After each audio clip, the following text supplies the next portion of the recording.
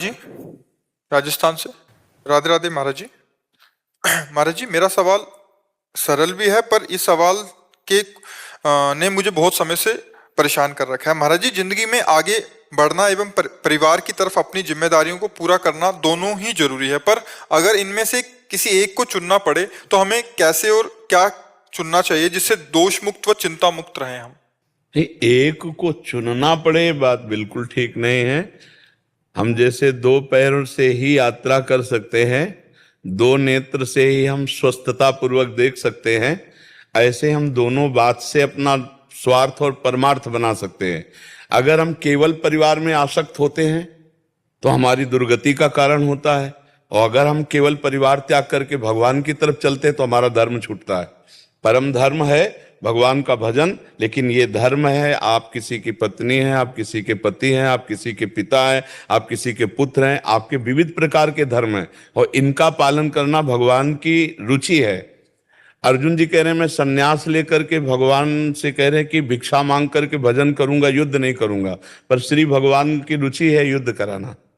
कह रहे अपने कर्तव्य का पालन करो, क्योंकि क्षत्रियो छात्र धर्म में स्वयं से प्राप्त हुआ धर्मयुक्त युद्ध इस समय अनिवार्य है।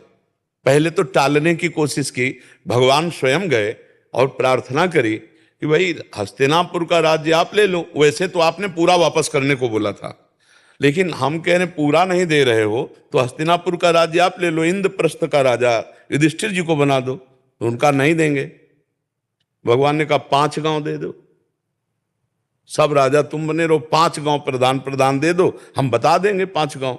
उनका 5 गांव की बात करो, सूजी अग्रे न केसवा, सुई की नोक भर नहीं दूंगा। तो भगवान ने कहा भी जबरदस्ती छीन लेंगे हम, तभी तो युद्ध प्रारंभ हुआ। वो जो अगर दे देते तो युद्ध की जरूरत क्या। भगवान की भी प्रार्थना उन्होंने जब नहीं सुनी तो धर्मयुक्त युद्ध है, तो भगवान ने कहा धर्मयुक्त युद्ध करना श्रेष्ठ है, संन्यास लेना नहीं। तो वही बात हम आपको कह रहे हैं कि अगर एक चुनने की बात आएगी तो फिर गड़बड़ हो जाएगा। हमको दोनों को मिला के चलना है। भगवान ने युद्ध के लिए आज्ञा करी और कहा मामनुस्मर युद्ध च, मेरा स्मरण करते हुए युद्ध करो। तो चुनना तो परमात्मा को ही है, सब में वही विराजमान है, पर हम गृहस्थ धर्म में है तो गृहस्थ धर्म का त्याग भी धर्म विरुद्ध है, तो हमें त्याग नहीं करना। तो हमें क्या करना है, हर कर्म को भगवान की पूजा बना लेनी है। रसोई में हम जो कुछ बना रहे हैं, अगर हमारे अंदर भाव गया कि भगवान का भोग लगाना है तो वो रसोई यज्ञ हो गई, और अगर मुझे पाना है तो वो पूजा नहीं हुई। तो जो चीज बनाई हम 2 कदम बढ़कर भगवान को अर्पित कर दिए तो पूरी रसोई पूजा हो गई, यज्ञ हो गई। अब जो आप पाओगे यज्ञावशिष्ट हो गया। अब आप व्यापार करने जा रहे हो, 8 घंटे व्यापार किए, और ये आपके अंदर भाव कि पूरा परिवार भगवान का है और उस परिवार के पोषण के लिए रुपए की जरूरत है, रुपए के लिए हम व्यापार कर रहे हैं। इसलिए 8 घंटे व्यापार करने पर जो भी समय हमारा भगवान ये 8 घंटे गया मैं आपको अर्पित करता हूं, और बीच बीच में नाम जप, उसका व्यापार भजन बन गया। हर कार्य भजन हो सकता है। भजन का मतलब ये नहीं कि सब कुछ त्याग करके हम कहीं एकांत गुफा में बैठेंगे जाके, सबका अपना कर्तव्य है। एकांत सेवन करने वाले को भी समान बड़े बड़े सिद्धों को आना पड़ा इस जगत में और आकर उपदेश दिया, जा जा करके उपदेश दिया है। ऐसे ही आपका कर्तव्य है, आप गृहस्थी में जो है अपनी गृहस्थी को भगवान की पूजा सामग्री बनाइए। नाथ सकल संपदा तुम्हारी और मैं सेवक समेत सुतनारी। चयन नहीं करना, वो वही हो रहा है जिससे आपका परम मंगल होगा, जो गृहस्थी भी मंगलमय हो जाएगी और उसी से भगवान की प्राप्ति हो जाएगी। किसका प्रश्न है, आप समझ पा रहे हैं? महाराज जी, कभी कभी ये लगता है कि परिस्थिति ऐसी आ जाती है कि आपको एक चुनना ही पड़ता है। नहीं, ऐसी हमें बताओ, परिस्थिति बताओ। आप हमें परिस्थिति बताइए कि ऐसी परिस्थिति में जिसमें भगवान को छोड़कर संसार को चुनना पड़े। नहीं, जैसे अगर एक सिचुएशन है कि जैसे मेरे पिताजी के साथ है, उनका वो चाहते हैं कि उनका, हम सिर्फ भगवान और साधना से संबंध रखते हैं। आप देखना हमारे प्रश्न का उत्तर, आप कुछ भी प्रश्न करो हमारा उत्तर अध्यात्म से होगा, क्योंकि हम ना प्रपंच में कभी रहे हैं, बचपन से बाबा जी रहे, तो हमें संसार का ज्ञान तो है नहीं। तो हम जो बोलेंगे अध्यात्म में बोलेंगे, तुम्हारे मंगल के लिए बोलेंगे, उसमें तुम्हारा कल्याण होगा, उसे तुम्हें समझना है।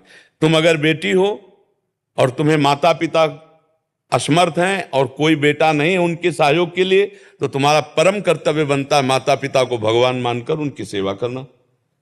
अब वो तुम्हें गाली दे तो भी तुम्हें बर्दाश्त करना है, वो तुम्हारी निंदा करें तो भी तुम्हें बर्दाश्त करना है, क्योंकि तुम उनके बच्चा हो।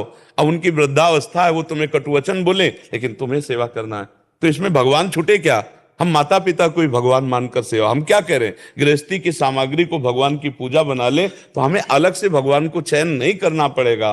हमारी माँ में ही भगवान है, हमारे पिता में ही भगवान है, हमारी पत्नी में भगवान है, हमारे पति में भगवान है, हमारे पुत्र में भगवान है, और हम उन्हीं भगवान की सेवा के लिए व्यापार नौकरी किसानी करते। कोई समस्या नहीं है, समस्या केवल दिमाग की कमजोरी है।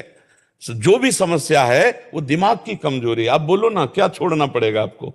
जैसे अगर काम की वजह से बाहर जाना पड़ता है तो अगर बैंगलोर या फिर अहमदाबाद ऐसी कोई भी जगह जाए तो वहाँ से वो सब चीज़ें नहीं हो सकती जो हम लोग करना चाहते हैं अपने परिवार के साथ। तो हम अगर बराबर के लिए बंगलौर जा रहे हैं तो हम वहाँ एक किराए का कमरा लेंगे और रहेंगे और अपने माता पिता को साथ रखेंगे। अगर महीने 15 दिन के लिए जा रहे हैं तो रुपए में दम है। हम ऐसी व्यवस्था करके जाएंगे माता पिता की जिससे हमारे माता पिता को कष्ट ना हो। अगर हम विदेश जा रहे हैं और वहाँ आजीवन रहने के लिए तो हमारे माता पिता भी साथ जाएंगे। ये तो सद्भावना रखनी पड़ेगी ना। अब ऐसा तो नहीं कि हम पैसा कमाने के लिए बंगलोर जा रहे हैं, बूढ़े माता पिता परेशान हो रहे हैं, तो फिर पैसा किसके लिए रहा? हमें विचार करना पड़ेगा। आप रहेंगी ना कहीं तो वहाँ अपने माता पिता को भी रखेंगे। अपनी पोजीशन थोड़ी देखनी है। थोड़ा आजकल के बच्चे पोजीशन पे माता पिता की सेवा का तिरस्कार कर देते हैं, क्योंकि उनको लगता है बूढ़े खांसेंगे और हमारा नया जमाना है तो हम यार मित्र दोस्तों के सामने क्या वर्णन कर पाएंगे कि बूढ़े माता पिता के। नहीं, ऐसा हुआ है। एक गांव के पढ़ा लिखा के लड़का को बड़ा ऑफिसर बनाया और जब वो गए तो ऑफिसरों के बीच में बैठे थे तो बोले हाँ बोलिए। उसके होश उड़ गए कि ना उठा ना पैर छुआ ना कुछ। तो उनके मित्रों का कौन है यार? वो एक कांच ऐसे मार्किन की लगाए। अरे बोले हमारे गांव में घर का नौकर है। लौट आया, जब घर आया तो पैर छूने लगे। बोले नहीं नहीं, उस समय क्या हुआ था अपने अफसरों के बीच में नौकर थे, कदापि घर में कदम में मत रखना। आज के बाद हमारे लिए तुम हो ही नहीं। चलिए तो हमारा पूरा जीवन लग गया नौकर बन करके तुम्हें पढ़ा लिखा के, और तुमने साबित कर दिया सबके बीच में कि नौकर हम हैं। पिता कह करके उठकर प्रणाम करने में तुम्हें शर्म लगी। तो आजकल कुछ ऐसी नई सोसाइटी है, नए बच्चे हैं, उनको लगता है बूढ़े वालों को कहाँ खांसते हुए हम लिए घूम लेंगे। तो हमें लगता है अगर ऐसी सोच हमारी ना हो तो जहाँ हम जिएंगे वहीं हमारे माता पिता जिएंगे, क्या फर्क पड़ता है? महाराज जी, अगर जहाँ वो रहे हैं माता पिता, उन्होंने भी बनाया है अपना सब कुछ, तो वो उस आशियाने को नहीं तोड़ना चाहते और वहां से नहीं निकलना चाहते हैं। जी, तो तो उनकी व्यवस्था, अगर वो चलने फिरने लायक है तो उनकी अर्थ से व्यवस्था कर दी जाए और कमाइए। और जब चलने फिरने लायक ना हो तो अर्थ की प्रधानता न रख करके माता पिता की सेवा की प्रधानता रखे। हम बंगलौर न जाकर जहां माता पिता वहीं देखते हैं। जरूरी है कि अमेरिका में पैसा मिलेगा, जरूरी है बंगलौर में ही मिलेगा? अरे कम मिलेगा लेकिन हमारे माता पिता की सेवा बनेगी तो आसपास नौकरी देख लेते हैं। पढ़ा लिखा आदमी हो, आजकल तो घर बैठे कंप्यूटर से पैसा कमाए जा रहे हैं, बंगलौर जाने की ज्यादा जरूरत नहीं है। किसी किसी नौकरी में किसी को वो व्यवस्था मिल जाती है, हर नौकरी में नहीं होती। पर बच्चा, भगवान का आश्रय लेकर माता पिता की सेवा की बात रखोगे तो भगवान व्यवस्था ऐसी कर देंगे कि आपके माता पिता की भी सेवा होगी और आपको भी परेशानी नहीं होगी, क्योंकि भगवान सर्व सामर्थ्यशाली। मुझे ऐसा लगता है बच्चा, अगर आप अपने माता पिता पर प्यार करोगी तो भगवान आपका सहयोग करेंगे। आप देख लेना, आप देख लेना। आप निगेटिव से मत लीजिए, पॉजिटिव लीजिए, भगवान आपका सहयोग करेंगे। हम कह रहे हैं तो इस बात को देखना, आप इस बात को जीवन में देखना। भगवान का भरोसा करो कि मुझे माता पिता की सेवा का सौभाग्य ऐसा जो मिला है ये चूकने ना पावे, तो व्यवस्था भगवान कर देंगे। बहुत सर्व सामर्थ्यशाली भगवान है। माता पिता को श्रवण कुमार ने कांधे पे बैठा के तीर्थ यात्रा कराई, तो हम कह रहे ना करो तो भैया चारपाई पे बैठ के उनके चाय भोजन की व्यवस्था करते रहो। लघुशंका उन्हीं के कपड़ों में की है, चाहे जितने अब बुद्धिमान बनते हो। जब बच्चा थे तो लघुशंका उन्हीं के, अब वो वृद्ध हो गए हैं। अब हम उन पर घृणा करें कि बैठे बैठे हक देते हैं, लघुशंका कर दे। अब हमारा नंबर है, अब हमारा नंबर है कि हम बैल की तरह मेहनत करके कमाएं और अपने माता पिता को नए कपड़े पहनाएं, अच्छा भोजन पहनाएं, उनकी सेवा करें। ऐसे सेवक को अलग से कहीं मंदिर जाने की जरूरत नहीं, भगवान की प्राप्ति इसी से हो जाएगी। हमारी बात समझ लो, अलग से मंदिर जाओ या ना जाओ, अपने बड़े बूढ़े माता पिता की सेवा कर लो, भगवान की प्राप्ति हो जाए। कह दे प्रमाण भाई कि आप कह रहे हो तो प्रमाण। तो प्रमाण आज भी महाराष्ट्र में जो भगवान विट्ठल खड़े हैं ना, वो माता पिता की सेवा से आकर के दर्शन देने के लिए आए थे। वो विट्ठल भगवान को भी ईंट फेंक दी कि आप खड़े हो जाओ, पहले सेवा हम कर लें तब आपके दर्शन करेंगे। वैसे शुद्ध नाम भगवान का इट्ठल है, पर प्यार से विट्ठल कहते हैं। ईंट पे खड़े हैं ऐसे भी आज, माता पिता की सेवा के प्रभाव से। तो इसलिए बहुत सुंदर बच्चा, आप अपने माता पिता की सेवा का भावना पुष्ट करो, भगवान उसको पूरी करते हैं।